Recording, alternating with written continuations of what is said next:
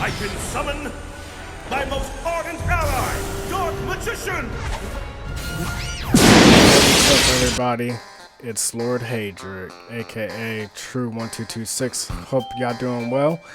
I'm bringing you a Loza Remastered somewhat deck profile that he had on Omega. So let's get straight into it. The standard package. I'm pretty much gonna go over everything that's not so standard. So Apprentice, I'm choosing to rely on that more than Tamias because Tamias, his effect is only beneficial if you confuse and you're playing the Dark Magician Knight. And even then, you might want to just go for Dragoon in that case. But it works best with the Dark Magical Circle with the Magician Salvation combination for Eternal Soul to keep spamming out your Dark Magician. But you got Red Eyes Fusion for that and Anaconda, so unless you can keep your resources at advantage, then Tamias is a neg 1. So usually it's going to be used on the field card. But I don't really see you getting advantage over it unless you have a dead Illusion of Chaos in your hand. So speaking of which, I only have 2 of those, as you can see. You could have 3, but I'm a person who likes to only play the cards at 2 if they say once per turn for the most part. Because when you draw with Soul Servant, you're probably going to draw into one of these when you've already used the effect, and you don't want that. So it's good to be resourceful, and at least if you draw into Preparation of Rites, which I'm okay with at 3 because you can draw into Serarvis. So that's always a benefit. Rod is standard, Dark Magician Girl is standard, Ghost Ogre, we tried at 3, then we tried at 2, and 1 seems to work the best because when you have 3, it's cloggy. And same thing with the Emergency Teleport. It's kind of cloggy with 3. And 2 is cloggy if you have 2 of these. But if you have 2 Emergency Teleport, it's bait for Ash Blossom like Loza said.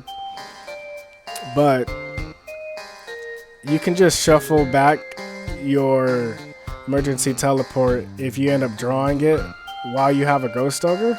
Or, I'm sorry, I got that reversed. You can shuffle back your Ghost Ogre to your deck if you draw it when you mean to use an Emergency Teleport. So that gives Illusion of Chaos more value in my eyes because when you draw it, you might actually need it versus just to have it to have it.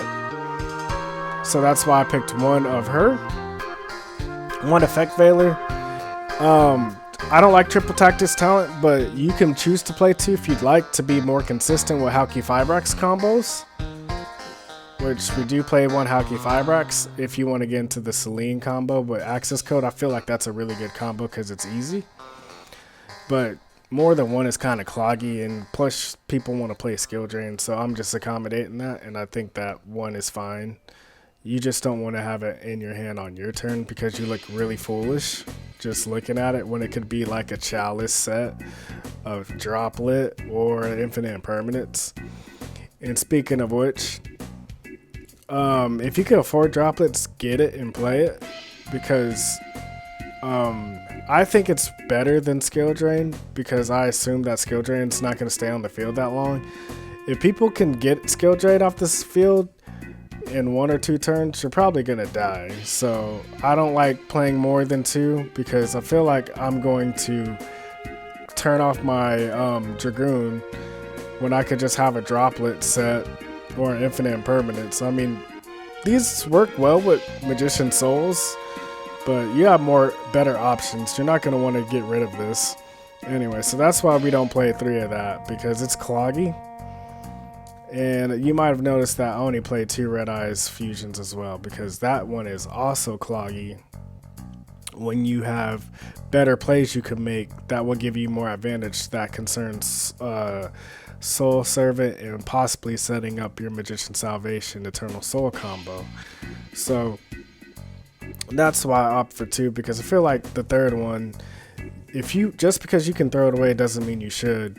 And one is not enough because Verte needs to see the second one if the first one gets negated.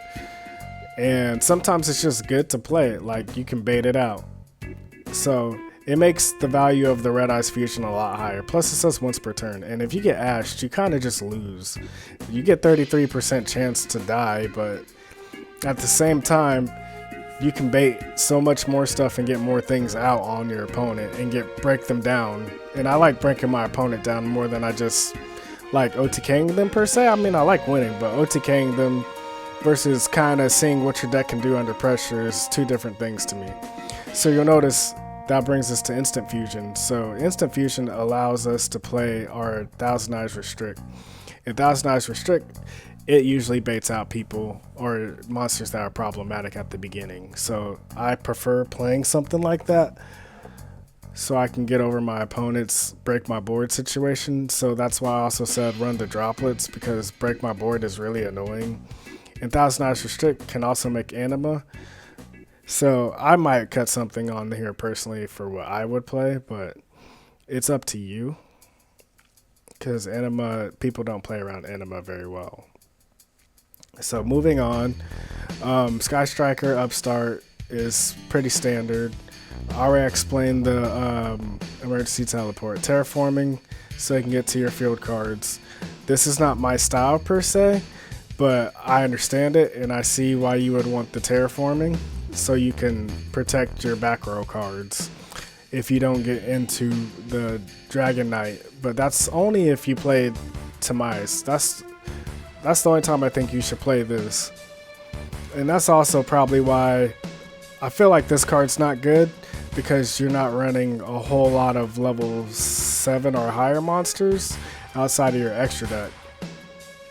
And it takes a lot of resources. It's kind of like a Final Sigma mech, but its benefit is that they can't mess with it for real. But it's just bad that it takes a lot of resources and can be attacked over most of the time. And then you have to wait for you to get the effects to attack at least OTK on the next turn. You can banish and gain the attack points, but sometimes that doesn't work. Because someone can have droplets or Dark Ruler No More. I think Dark Ruler No More is actually a lot better because you save resources.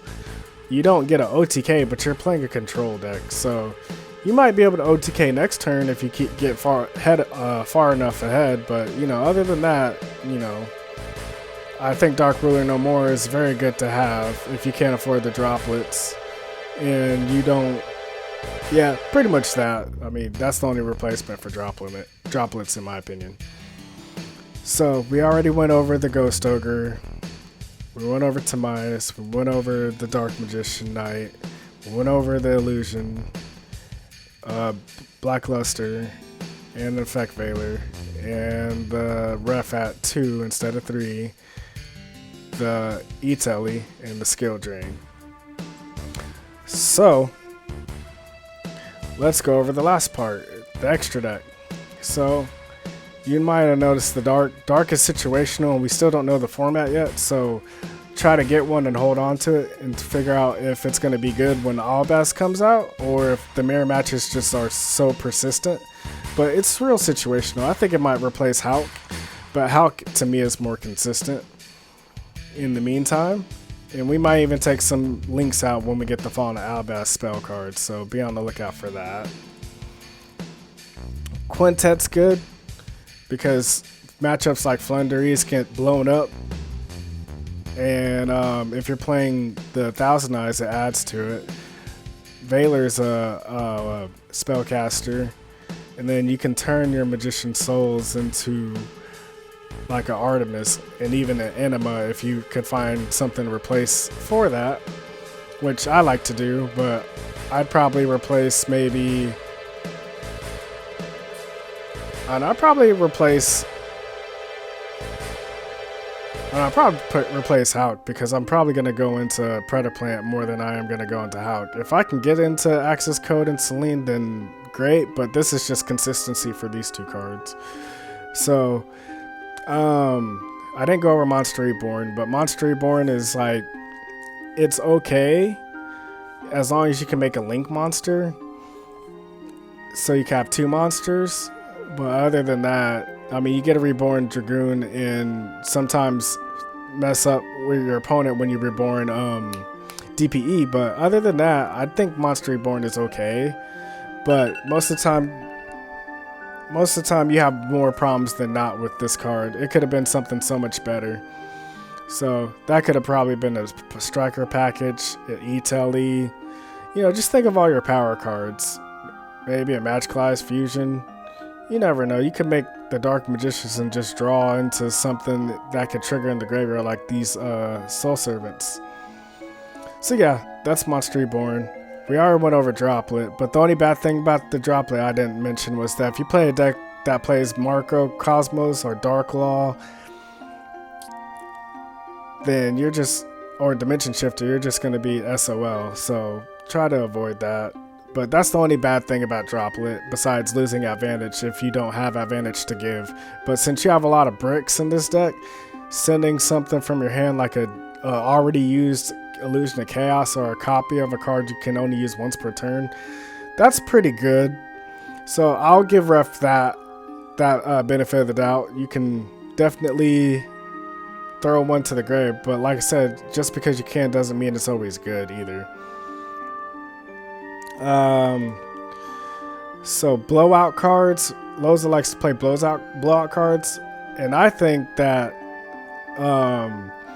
in some matchups you're going to need draw a lot, and since you're playing Magician Souls, where are Dow with Magician Souls is fire with Draw and Lockbird, because you can add Draw and Lockbird. And then what's this card called? Jester Confit. So if you don't want to play the instant fusion, you can also play this in exchange and then open up a spot. So that could be your anima, so you could have consistency with the Magician Souls to be offensive. And then we're off Dow, just add you a Draw and Lockbird. You might take 2,000 damage though. Decks that play a lot of back row, you're going to want this red reboot for sure. I feel like Dark Magician just has a tough matchup against anything that plays a lot of back row. And I know Evenly Matches was mentioned, but I played against a lot of decks that played Solemn Judgment. And I'm like, bro, this plus Mystic Mine? Oh my goodness, bro. I kept getting hit by that every duel in EDO Pro. I don't know what it is, but everybody's playing that. So I also recommend Harpy's Feather Duster, because that was getting rid of this combination, or at least halving their life points, and then I could evenly match. And I played 3 Cyclone because we're not having none of that. Oh, by the way, I did play 2 Draw and Lockbirds in the main, but I have a completely different build from this that I'm working on. But anyways,